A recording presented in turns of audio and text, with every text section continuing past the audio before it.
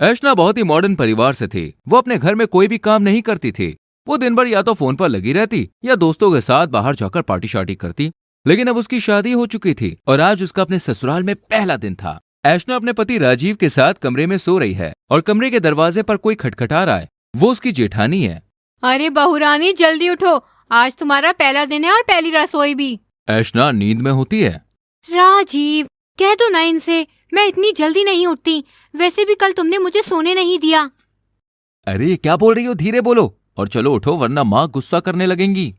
ओफो, अब तुम भी उठाकर ही मानोगे। फिर ऐशना उठ जाती है और नहाकर छोटे कपड़े पहन लेती है।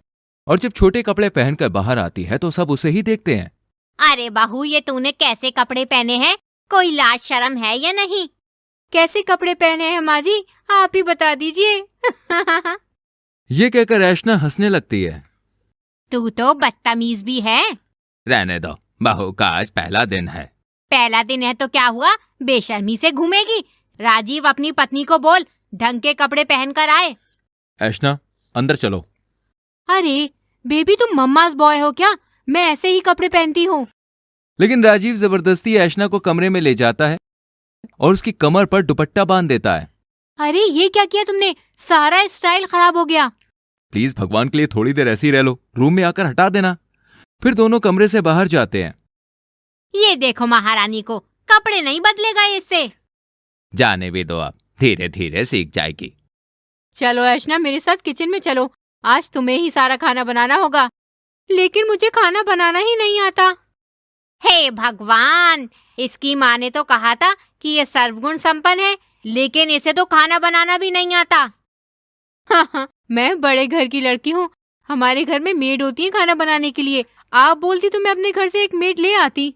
प्लीज नौटंकी मत करो, जाकर इंटरनेट से कुछ देखकर बना दो ना।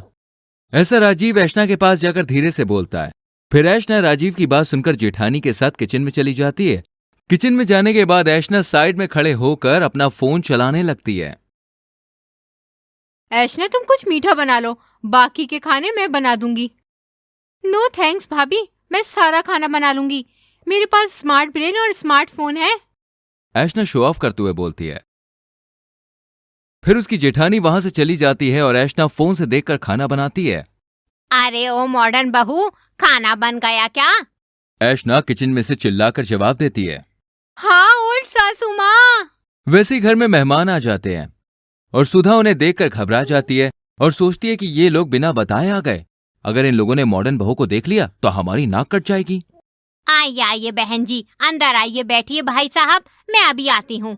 सुधा किचन में जा ही रही थी कि ऐशना खाना लेकर बाहर आ गई और आए हुए मेहमान ऐशना को छोटे कपड़ों में बड़ी हैरानी से देख रहे थे। जिसका डर था वही हुआ।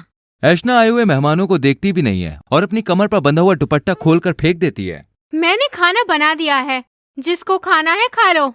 सुधा शर्म से पानी पानी हो रही थी और मेहमान ये देखकर उसी टाइम वहां से चले गए। फिर कुछ देर के बाद सुधा और उसके पति खाना खाने के लिए टेबल पर बैठे और सुधा खाना देखकर ही मुंह बनाकर वापस छक देती है। कुछ देर के बाद ऐशना अपने कमरे से बाहर आती है और देखती है कि घर में कोई नहीं है, तो वो अपने कुछ दोस्तों को दारू पार्टी करने के लिए बुला लेती है और फिर पार्टी करने लगती है। घर में म्यूजिक का शोर होता है। बस आज की रात है, कल से वही स्यापे है, जी भर के नाच लो, न घर वाले न मापे हैं।